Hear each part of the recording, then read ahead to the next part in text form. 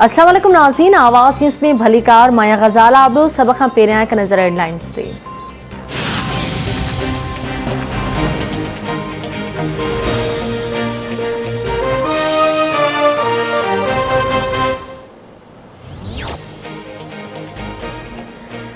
Sindh assembly जे इजलास दौरान मुखालिफ दुल मेंबरनि पारां अलामती जनाज़ो कढियो वियो।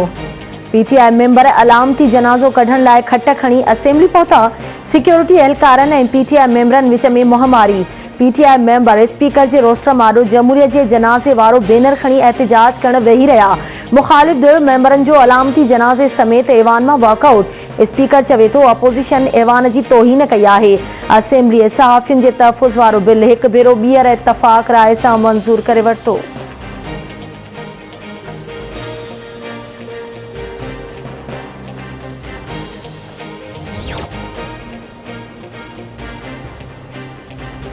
सिंध हुकूमत हिकु साल कॉन्ट्रैक्ट जी बुनियादनि ते 37,000 उस्तादनि जूं भर्तियूं हलंदड़ साली करण जो ऐलान करे छॾियो।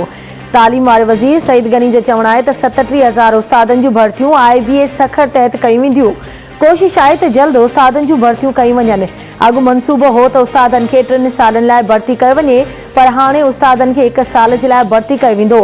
उस्तादनि जी मुक़ररी ऐं बदिलियुनि लाइ हिकु पॉलिसी जोड़ी आहे। उस्तादनि जूं बदिलियूं साल में 1 भेरो थींदियूं।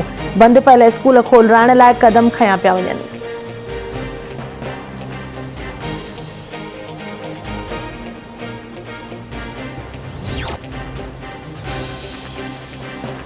सिंध एक्शन कमेटी अवामी राब्ता मुहिम जे ॿिए मरहले जो ऐलान करे छॾियो। 4 जुलाई खां ड्रिगड़ी, जुडो, नवकोट ऐं मिठी में जलसा करण जो ऐलान। 5 जुलाई ते इस्लाम कोट, छाछरो ऐं उमरकोट में जलसा कया वेंदा।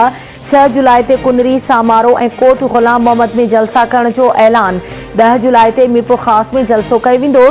सैयद जलाल महमूद शाह, डॉक्टर कादिर मक्सी ऐं ॿियनि अॻवाननि पारां रियाज़ चांडियो ऐं संदसि साथियुनि ते लॻायल पाबंदी ख़त्म करण जो मुतालबो। अॻवाननि जो चवणु आहे त सिंध यूनिवर्सिटी जे शागिर्दनि जी फीस में वाध करण बदिरां इदारे में पंहिंजा नवाज़ ऐं करप्शन जो ख़ात्मो आंदो वञे।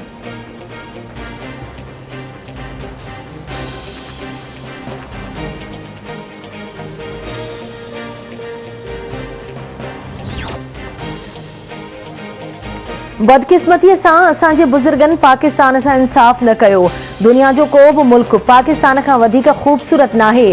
क्लीन एंड ग्रीन पाकिस्तान असांजो वियन आहे। नारान में तमामु घणा ॿूटा पोखण ते ख़ुशी थी आहे। पाकिस्तान में हर साल सियाहत तेज़ीअ सां वधी रही आहे। सियाहत जे करे माण्हुनि खे रोज़गार मिलंदो आहे। वज़ीर आज़म इमरान ख़ान जो नारान में टाइगर फोर्स तक़रीब खे ख़िताब।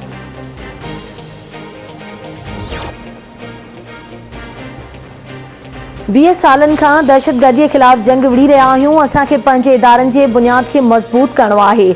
अगस्त जे पहिरें हफ़्ते में PTV मुकमल एच थी वेंदो। सियासी मक़सदनि लाइ दुश्मननि जा हथ इस्तेमाल न थियण घुर्जनि। गुज़िरियल हुकूमत सियासी भर्तियूं करे इदारनि खे तबाह कयो। सहाफ़ियुनि ते सभ खां वधीक हमला PP जे दौर में थिया। नून लीग जे दौर में सहाफ़ियुनि ते 18 हमला कया विया। सिंध में सहाफ़ी अज़ीज़ मेमण समेत ॿिनि सहाफ़ियुनि खे क़तल कयो वियो। शाज़िया मरी जो वॾो असर रसूख़ आहे। ॿुधाए त क़ातिलनि खे छो नाहे पकड़ियो वियो। सुद समा वारे वफ़ाक़ी वज़ीर फवाद चौधरी जो क़ौमी असेंबली में ख़िताब।